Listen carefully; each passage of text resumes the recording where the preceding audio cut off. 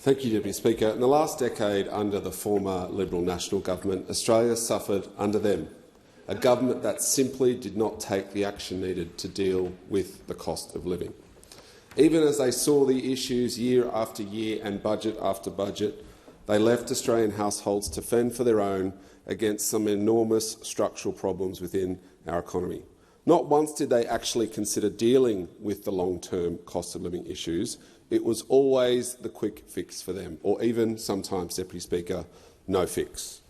Australians across the country and in my electorate of Bennelong have had to pay for the consequences of the coalition's inaction. People in Bennelong and across the country live in a truly cooked housing market, inspired by the coalition's lack of attention to supply. Their wages were stagnant because of the lack of action and design of the former government's policy. Under them, childcare rose nearly 50% under their watch, and their lack of clarity and vision on energy policy has left our national energy market a mess, one that, like all other areas, this government has spent the last 18 months trying to clean up. These cost of living pressures are not one-offs. None of them were sudden, Deputy Speaker. These were generational problems amplified by years of failure by those opposite.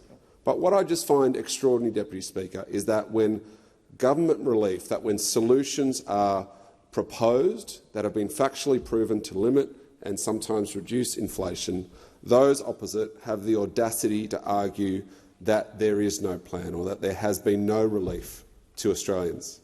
The absurdity of this motion and of this opposition is that they come here in this place and say that there is no plan when they are actively opposing policy and legislation that proves that there is a plan.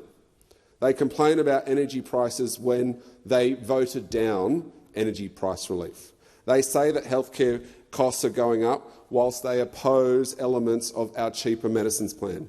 And they blame migrants for our housing crisis when they did nothing for 10 years on housing supply, and then they vote against policy which would increase housing supply. This government understands that household budgets are tight and that the impacts of cost of living pressures and inflation are being felt around the country.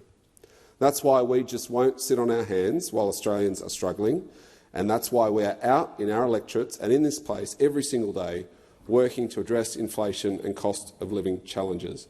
And I, for one, know that there is more to do in this space.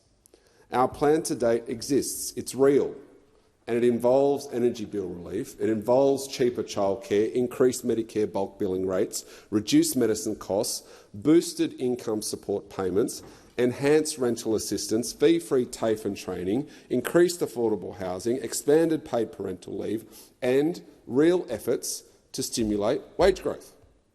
And we're doing this all at the same time as we've delivered the first budget surplus in 15 years, which is putting downward pressure on inflation.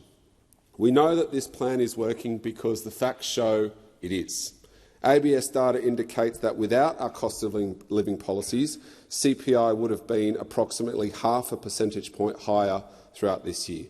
In this September quarter alone, we saw that electricity prices increased by 4.2%.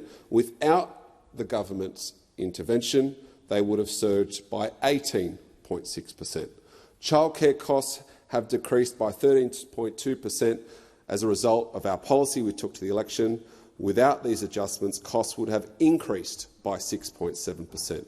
Rents increased by 2.2%, but because of our rental assistance, the highest increase in 30 years, this would have been 2.5%.